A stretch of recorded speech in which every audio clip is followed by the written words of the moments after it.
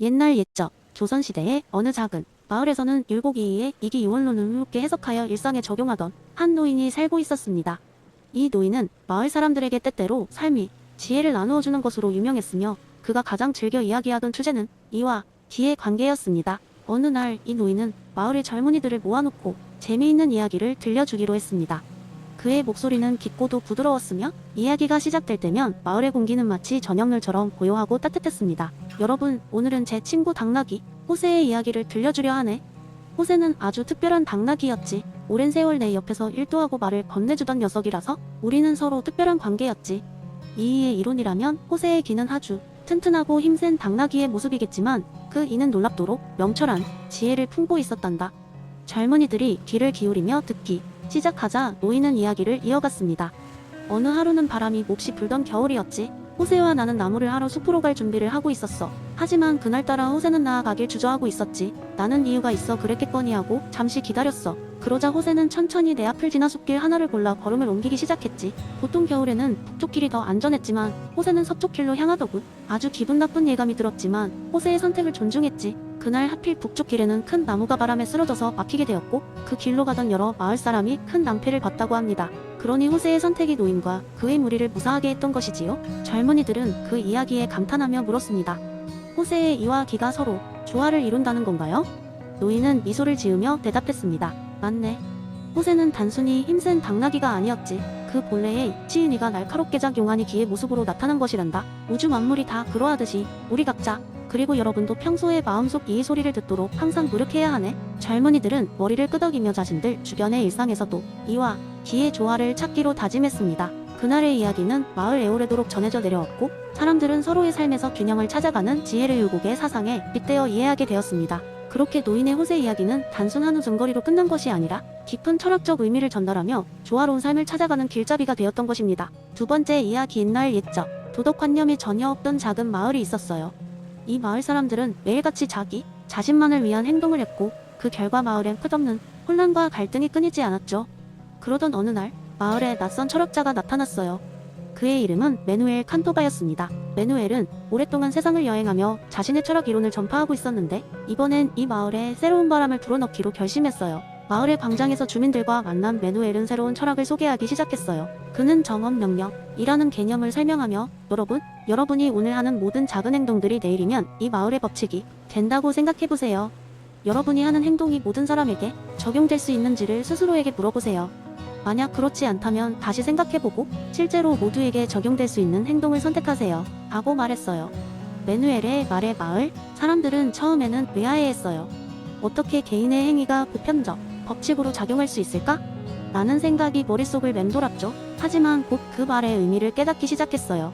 예를 들어 마을 잡화점 주인 찰리는 매일같이 이윤을 극대화하기 위해 일부러 상품 가격을 높이고 상품의 질을 낮춰왔어요.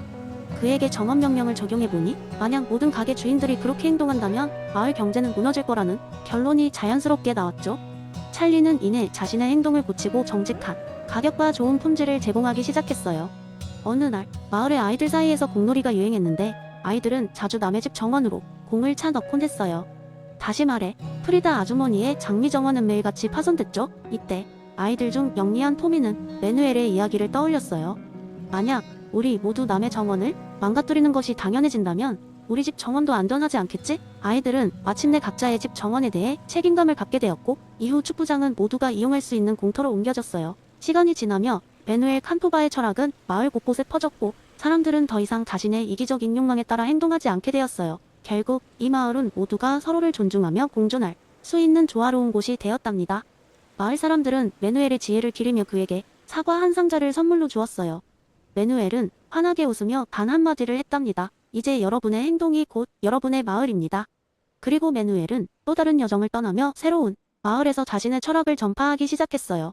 그는 어디를 가든지 사람들에게 단순하지만 강력한 메시지를 전달했어요. 당신의 행동이 곧 법칙이 되게 하세요. 이렇게 정업명령은 그의 여정을 통해 세상 곳곳에 자리 잡게 되었죠.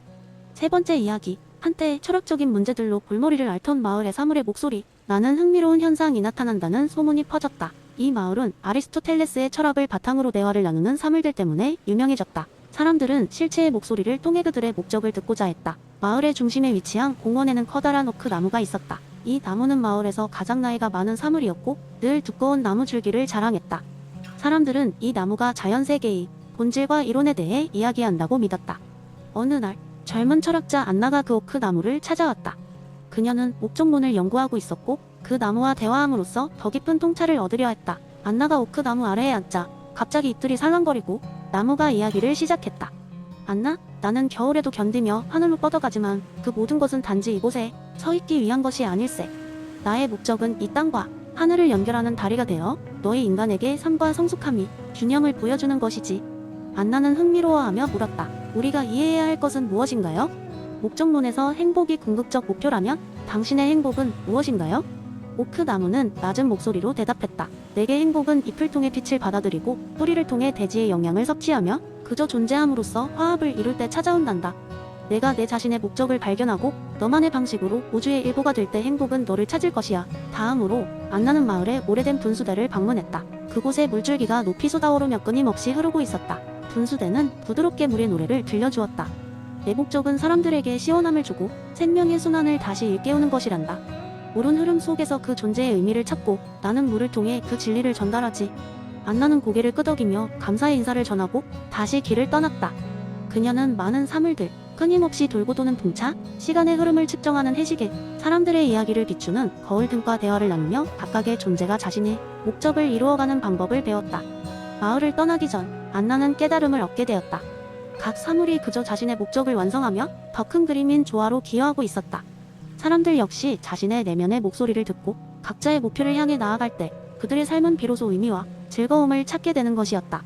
마을을 떠나며 안나는 미소를 지었다. 자신 역시 행복을 찾기 위한 여정을 시작해야겠다는 결심과 함께 말이다. 그녀는 아리스토텔레스가 말한 행복, 이 단지 추구하는 삶이 아니라 바로 지금 여기서 자신이 존재함으로써 이루어지는 조화임을 깨닫게 되었다.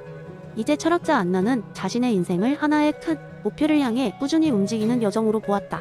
어디서나 각 사물과 존재가 그들의 진정한 목소리를 가지듯 안나도 그녀만의 목소리를 찾고자 결심했다. 네 번째 이야기인 날 옛적 깊고 푸른 바다로 둘러싸인 작은 마을이 있었습니다. 이 마을은 평화롭고 조용했지만 항상 어떤 문제로 인해 주민들 사이에 긴장이 흐르고 있었습니다. 바로 마을의 유일한 광장에 있는 커다란 나무가 문제의 핵심이었습니다. 이 나무는 오래되고 아름다웠지만 그 뿌리가 점점 더 많은 마을을 도로와 건물을 손상시키고 있었죠. 마을 사람들은 이 나무를 어떻게 해야 할지에 대해 의견이 분분했습니다. 일부는 나무가 얼마나 역사적이고 중요하다고 주장하며 보존해야 한다고 했고, 다른 일부는 나무 때문에 다치거나 불편한 사람들이 늘어가니 제거해야 한다고 했습니다. 이때 마을의 현자로 불리는 엘리야 할아버지가 모든 주민들을 광장으로 불러 모았습니다.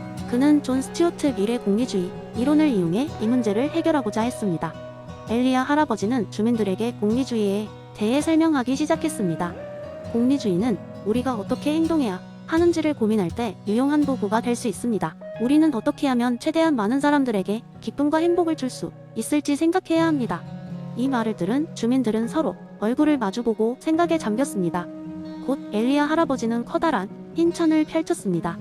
그는 나무의 이점과 단점, 그리고 나무가 사라지면 생길 수 있는 장단점을 적기 시작했습니다. 주민들은 하나씩 의견을 내며 나무가 주는 즐거움과 문제의 심각성을 고려했습니다. 나무는 아름다웠고 그늘을 제공하며 아이들의 놀이터가 되기도 했지만 한편으로는 도로와 건물을 손상시키고 몇몇 사람들에게는 지속적인 위험이 되고 있었습니다.